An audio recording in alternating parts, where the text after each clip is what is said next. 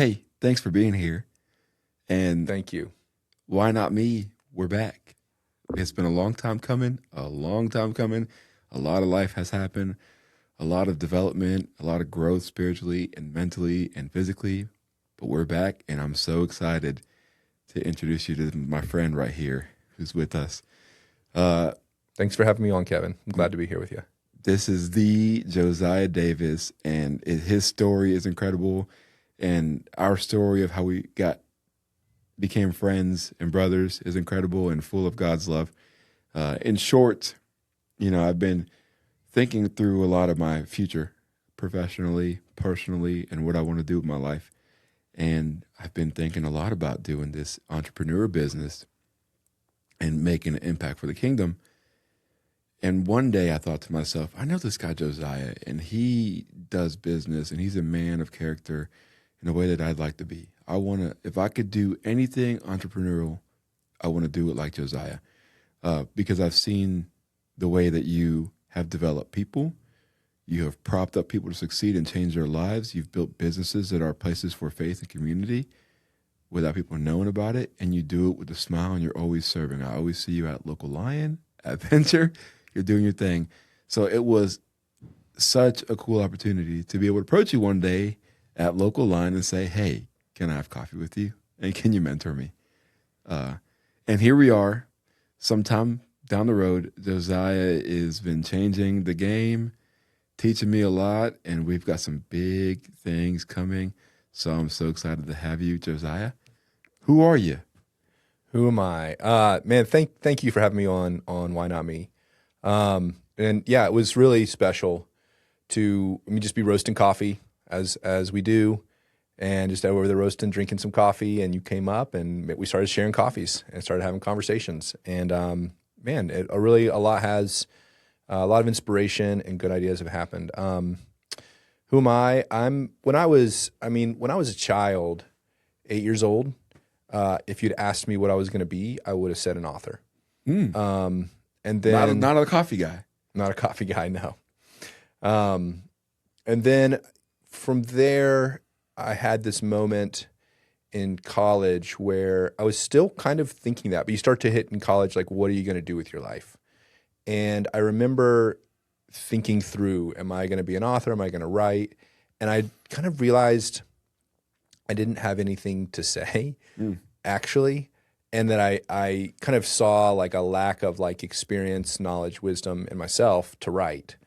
And I saw this. I remember distinctly walking across campus. Sunlight was shining through this tree, just dappled all over the ground, just beautiful.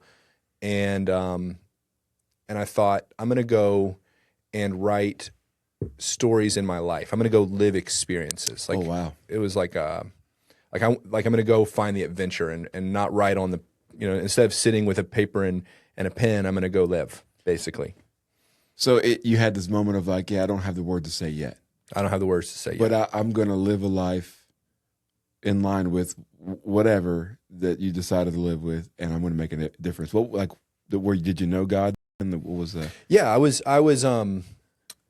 walking with the Lord at that point, and had really turned my heart to Him. And I had just gotten back from some adventures in Alaska, working on fishing boats, and come back to Boone, which is where I'm from, and was going to start, trying to find my way. And so that was a big decision to kind of like not do what I thought I was going to do my whole life before, which was write, and instead, and then I ended up, declaring a major in history and studying, and a bunch of stuff happened. A lot of life happened. I still wasn't thinking business at all.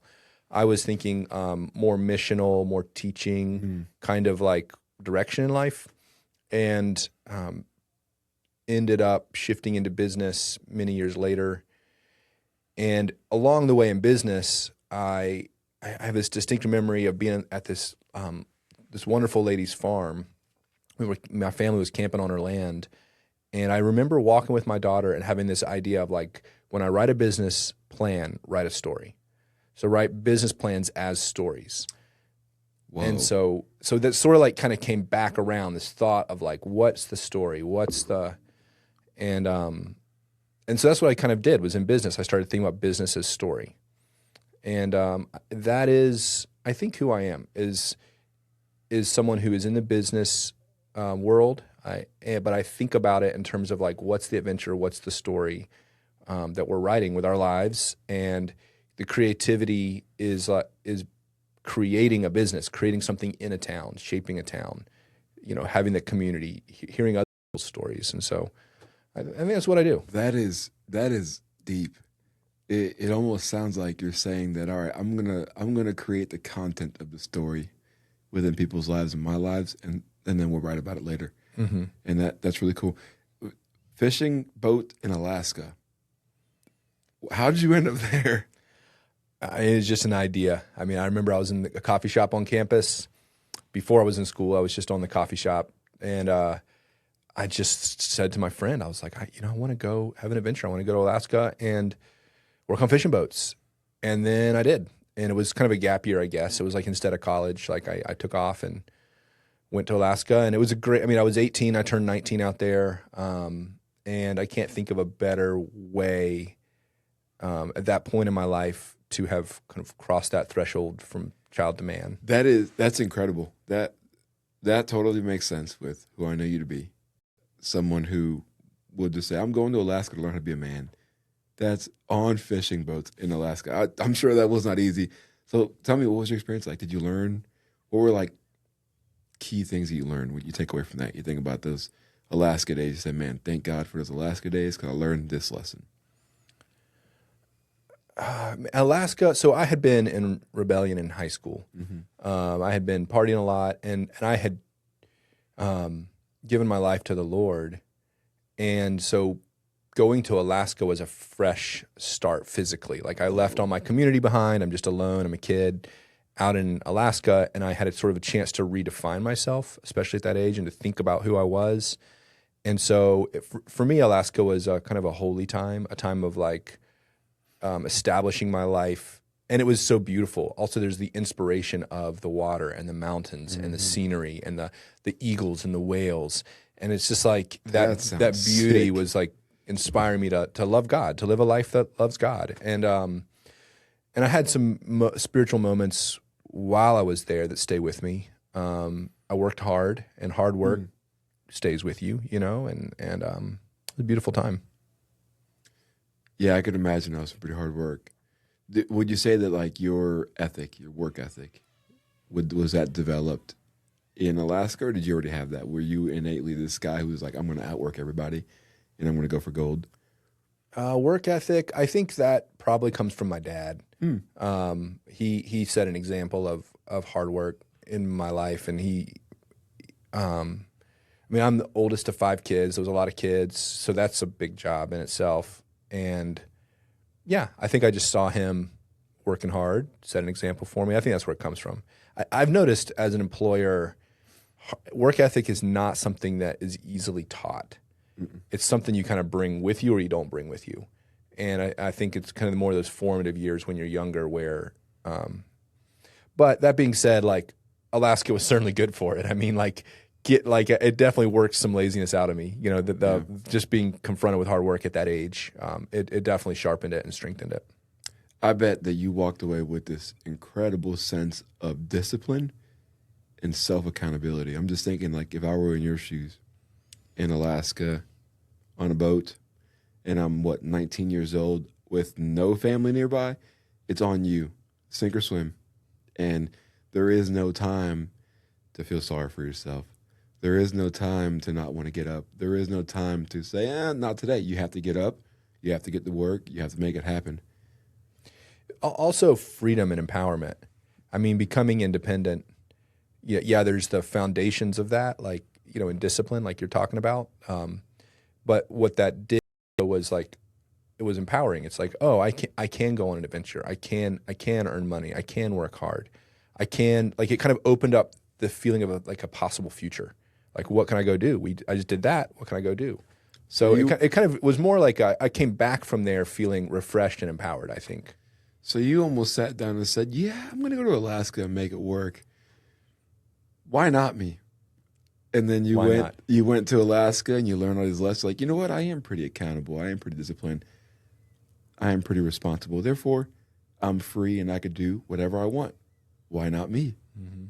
And here you are, constantly saying, let's go conquer mountains. Why not me? That's incredible, man. That's a really cool story. Did you have any like role models or people you looked up to that kind of helped shape you or motivate you in your life when you were growing up? Growing up, I would say my dad, my mom, good parents. I think the role, I haven't really had many mentors in my life, but other than there's an author who I read his book when I was maybe 20, and it was very impactful. And I've read everything he's written, I think, probably. And I think he has influenced me more than anyone else. His name is Richard Wurmbrand. He is such a remarkable human, and what he suffered and who he was through his suffering was transformative for me. I would say he has, if anybody has affected me spiritually or my direction in life, it'd be Richard Wurmbrand for sure. Have you ever met him? No, he passed away. I don't remember when, maybe 2001. He was a Romanian Jew who became a Lutheran. So he basically was ostracized by the Jewish community. But he was also a Jew in Romania when the Nazis came to power. So he was ostracized by the Nazis, of course. And then also the church didn't, in Romania, the Orthodox Church ostracized Jews. So he was basically ostracized by everybody and suffered. And then the communists came to power, and they persecuted him intensely for his faith. So he was put into prison for 14 years, 2 7-year terms. And he suffered, like, it's diabolical what they did to him. And instead of coming out of prison in intense suffering that is difficult to comprehend, instead of coming out from that suffering a broken man, he came out a bright, brilliant light with a way of speaking, writing, thinking. He spoke many languages, and that just came from this of like overcoming love and deep understanding that is so remarkable. As he left and came to the West, he went to Ceausescu, which was the Romanian dictators was sort of the figurehead of all the suffering that he had endured. He went to his grave and put a flower on it and said, "I forgive you." And then he came to the West, anyway, his writings are just so deep, and they really have meant a lot to me. Whoa, that sounds. I have 1,000 questions. Do you have give me like a quote or a passage that you've kept with you forever? That like people need to hear this. And if you don't have one, it's okay. Yeah. So.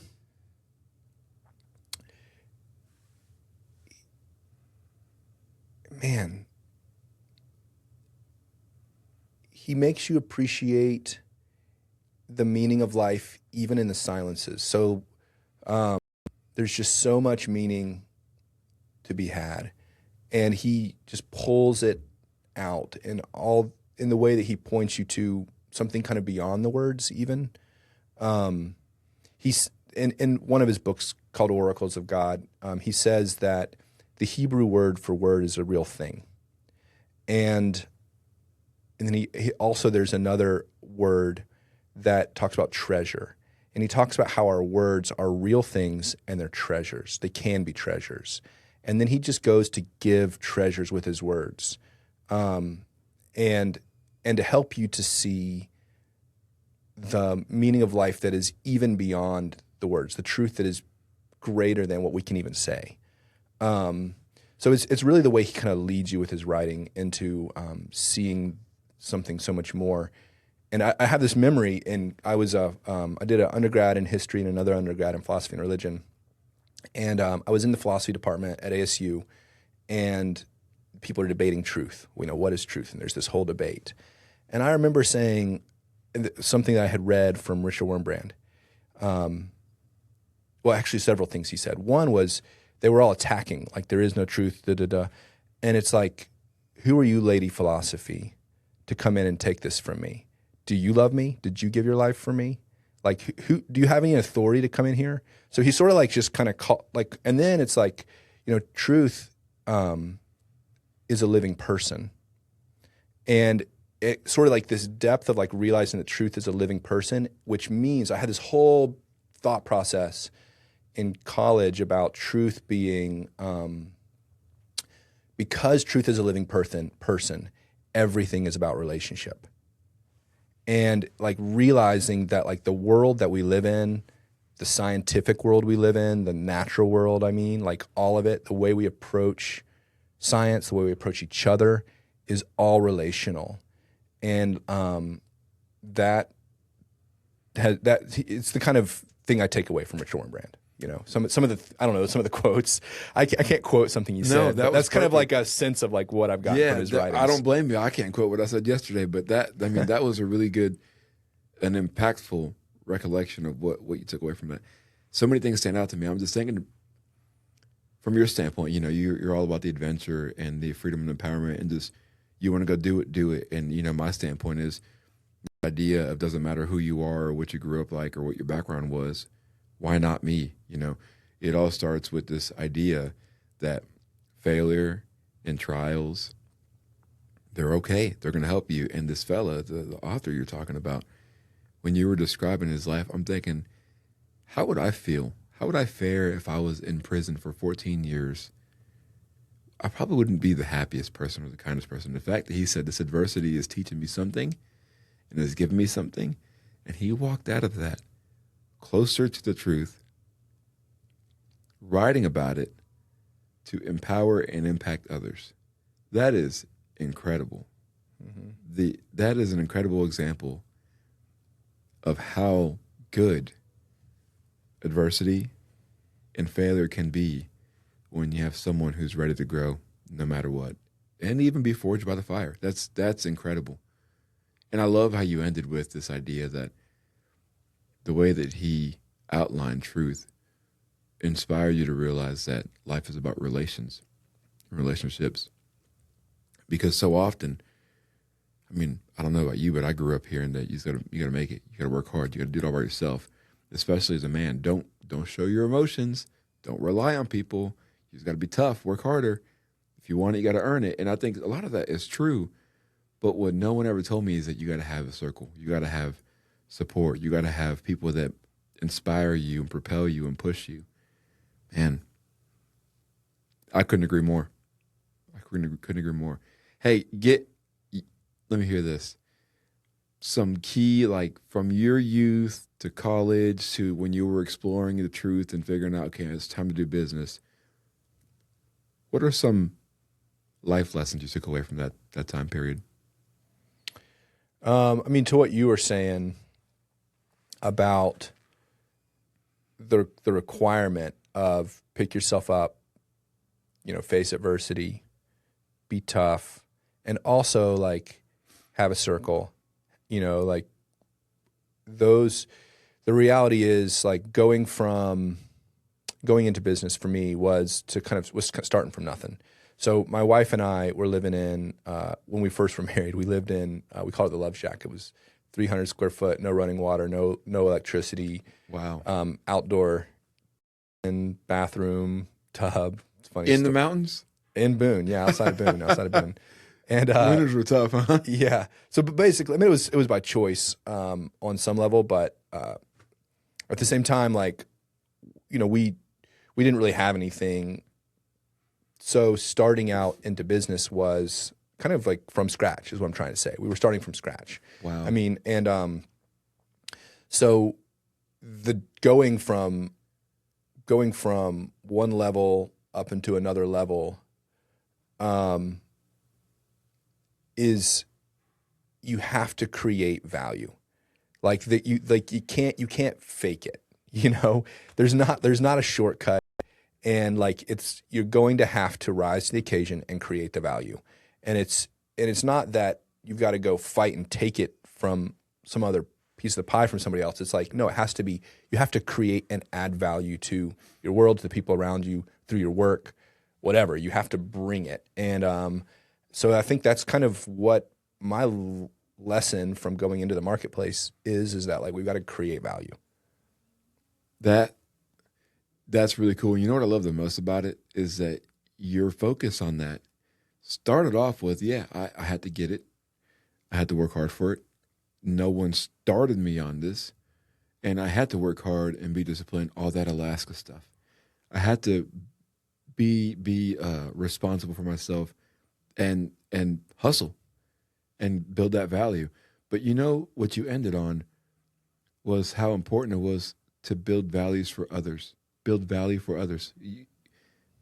Empower somebody, make someone's life better, more joyful, easier, whatever it may be. That I think that's, in my mind, in my eyes, what sets you apart as a leader, as a man, as a person who constantly says, "Why not me?"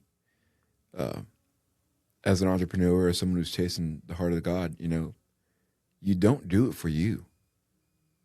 You do it for others, and you do it for God. And I think that right there is the most inspiring part of it. That how I grew up in athletics, and I played a lot of competitive sports, and I always told myself, if my goal is for me, I'm going to fail. If my goal is for something bigger than me, I'll succeed. So I always found a greater thing to commit to. So I always bought into this, we is greater than me, or I'm doing it for you. And what I found was when the going got tough, I wasn't saying it, I deserve this. I'm going to go do it. I'm going to go work hard and get up at 5 a.m. to work out, or all the pressure's on my shoulders. I got to compete and perform and do my job perfectly. I was like, no, my team has sacrificed for this. My coach believes in me. My team wants this. This is for us. And that pushed me to go way further. And it's almost like you're saying that. You're like, okay, God, you have this thing that you want me to do for the group, for the greater good, not for me. Well, and something you said in there was you get to be a part of something greater. So it's like in what you were describing of like the way that you have grown and the way that you have like chosen your focus is empowering you to be a part of something bigger. So you actually get like lifted up as you look and listen and support the people around you. Like it lifts you up as well, So I think that's like there's like that back to that thing I said earlier of truth. The truth is a living person. So like everything's about relationship. And so really, if we're going to reach for greatness, that means we have to get out of ourselves. We have to get into something bigger, because the story is so much bigger than like what I'm doing independently. Like I'm not much of a story, but like I get to be a part of a bigger story, If you want to be great, you got to be outside of yourself. That is wisdom. That is wisdom. Wow. I'm excited. This is awesome. Thank you so much, man. So why not me? You're back. Where was this going? Tell me about this year, this upcoming year with podcasting. Yeah. So okay. I took a hiatus from my podcast. I had a lot of life going on. I was still in the thick of school, but doing school, work changes, family changes, learning how to be a father of 3 kids, trying to be a good husband. And this weird thing happens. The older you get, the less energy you have. Because before I was a little bit younger, I was doing my podcast like 2, 3 in the morning. I just can't do that anymore. It was making me not healthy. So I put the podcast on the back burner for a little bit, but I didn't stop thinking about it. And really, I've spent a lot of time kind of praying through what is why not me, and trying to see what I want to do with it. I had a lot of ideas, but I think I never lost a desire to do this. I've always wanted to do this, and I think what happened was this last year was a year of growth, refinement, and challenging and development for me. So that's kind of where I've been, and it's funny. Thanks to you, we picked it up sooner than I expected. I did not expect to pick up Why Not Me this quick, but man, God is good and you're kind. I think where I've gotten to is I had this idea to start with the podcast. I had this burden that I wanted to share not the good news, but this news, this experience that I've had in life, and some of the weird ways that I approach life, and some of the things I picked up from people like you as I go through life, just to help people navigate life better or more meaningfully, you know. And I think this podcast is a platform for me to flesh out ideas with people like you, you know, about how do we grow? How do we continue to make an impact? What does being a man in your 30s with 3 kids look like? For me, how does it look like for you? And what does being like a leader look like, a community leader look like for you, you know, things like that. Because that stuff, when we get down to the bottom of it, you figure out that greatness means you're going to be selfless, means you're going to be bought into something greater than you, bigger than you, and you're going to let go of your selfish desires. It's relational. Trial and adversity is good for you. Like that stuff comes out, you know? So while we're here now is to continue to push that. The motivation that, hey, you can do whatever you want. You can make a difference. You can make an impact. And I think the biggest thing I've learned in this hiatus and what really is going to root and be the foundation for the rest of the Why Not Me journey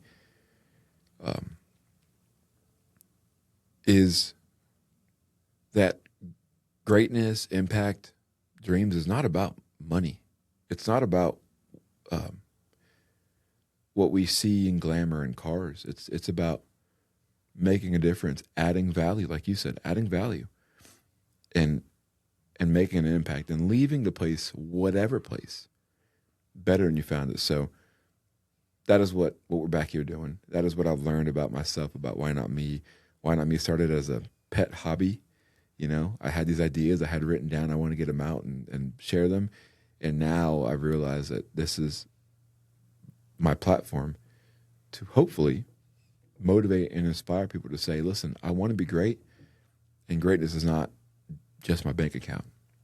It is about the value I add to my community, to my space, and what I can do to make this place that I'm in better than what I found it. Yeah, awesome. Well, I'm excited. I'm excited to see where you take it and what happens with it. Yeah, I'm excited too. Now, for our friends listening, we got a lot of things coming, Josiah and I do. We've been hard at work, praying and thinking through what's going next, and I'm excited for you to hear more of what you got. So you know what? We're gonna do a series with Josiah and I to really dig into where we're going next and where we're feeling led to be, and we'll say the realization of Why Not Me, and also of these incredible things Josiah has been thinking about and what he's got going on. So stay tuned for the coming episodes for you to learn more about exactly what we're talking about in the most cryptic way. And now you're set. You got video too. This is new, right? Yeah. So we're adding video to the Why Not Me. Video, setup, sound, incredible guest. Yeah. Awesome. Yeah. Awesome. I'm excited. Thanks, man. Yeah, and I'll keep doing my solo individual talks, what I call my TED Talks. But I think part of what's been incredible in this development is the desire to highlight people who are in their own language, their own way, living out the Why Not Me journey. The journey of saying, you know what, I got this burden on my heart. Let's just go for it. And that's you. You're the example of that. So thanks for your time, man. Awesome. Anything else you want to leave with the people? Oh, man. Nothing's coming to mind. Okay. I'm sorry. Check out the next episode coming soon. Oh, man. All platforms. Like, share, subscribe, all the above. We'll be on YouTube as well. Check it out. Thank you for your time. Peace. Peace.